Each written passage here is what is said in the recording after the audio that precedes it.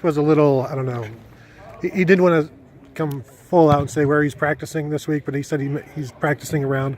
What kind of value does his versatility give you in whatever the decision is going to be this week? It's really, really valuable. And when you have an experienced guy that can play all three positions, it not only gives you flexibility how to start the game, but within the game, more flexibility. It's hard because it's not like the positions are identical in any way. So, but he's a bright football player and he's an experienced football player. So we're fortunate. Is there anything about his skill set that, and I don't ask this saying that I think he's played poorly at middle linebacker, but is there anything about his skill set that makes him a better outside linebacker, more suited to that position than in the middle? I think he's suited for all three. I mean, you might say, well, he's not the biggest guy, so maybe you get him right out of the dead middle of the defense. But he's found a way. He's a very resourceful guy. He found a way when he was playing Mike to get his job done without, being 250 pounds. How would you assess the way the linebackers did play last weekend? I thought we played good, solid football. We have a long way to go to be what we envision ourselves being. But I thought for some guys who haven't played a ton to step in and do that was important. Now, moving forward, we have to make improvement this week, and not only at linebacker but every position. Do you have an idea what the lineup's going to be? Or I'm not expecting you to share it with us necessarily. You could. No. We have different scenarios based on the health of our guys, and that's not an easy thing to do. Certainly, you don't expose it because it can give the other team a competitive advantage, but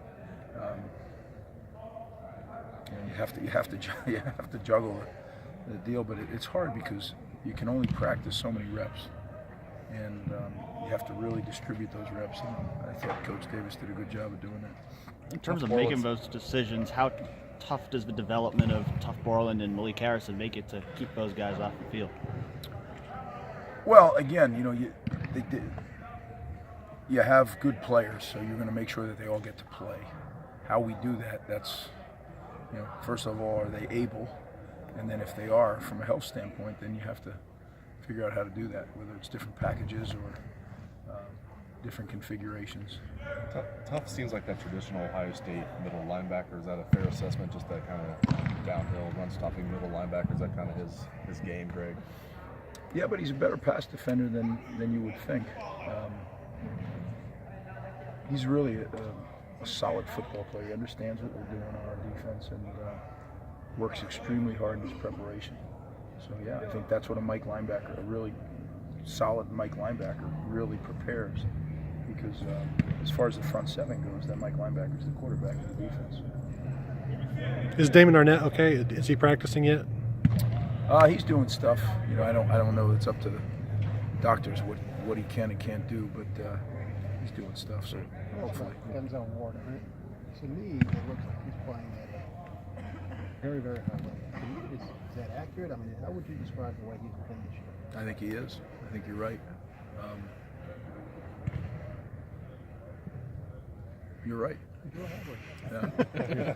No, I think he is playing at a high level. And if you just, it's as easy as the numbers. You look at, targets, catches. I mean, he's had consecutive games here where no one's caught a ball on him. So he's got speed. He's obviously got good ball awareness.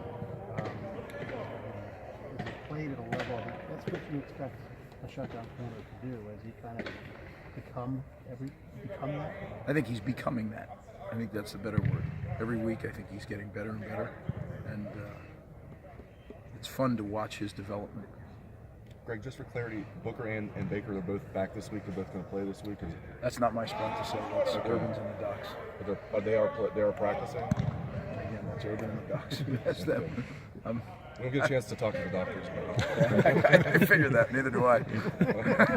Greg, going back to Arnett, him and Sheffield, best week last week. Sheffield is champ, Arnett with 2 takeaways. Do you feel like the way they've been improving, is it confidence or is it something that you think they're doing technique-wise that they're playing their best football at the moment? Both. I think they go hand in hand now.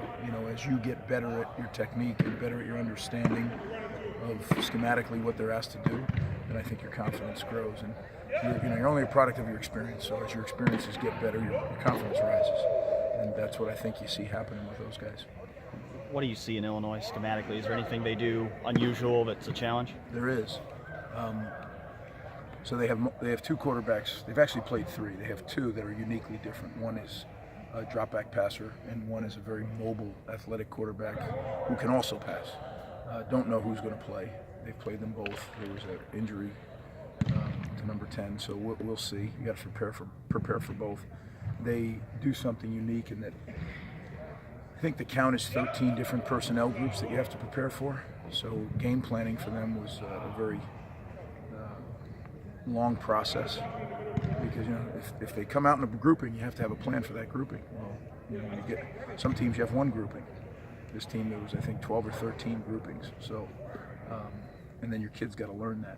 So it's a challenge schematically, and a challenge to make sure that we keep it tight and that our guys can go out and play.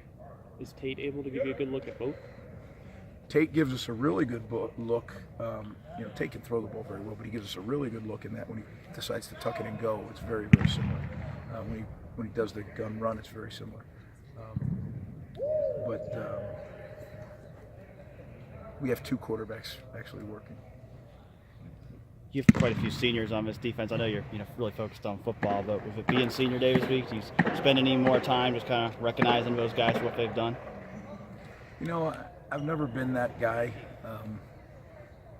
There's plenty of time when the season's over and you get to hang with them. I think it's about sending them out the right way, and that's winning. That's the memory they want. Not talking to me about their career. Their career's not done. We got a lot of football to play, and that's where my focus and theirs is too. But certainly we give respect to them on that day. The one neat thing that comes up in a week or so is that senior tackle, something that I got to experience the first time last year. That to me is an unbelievable tradition.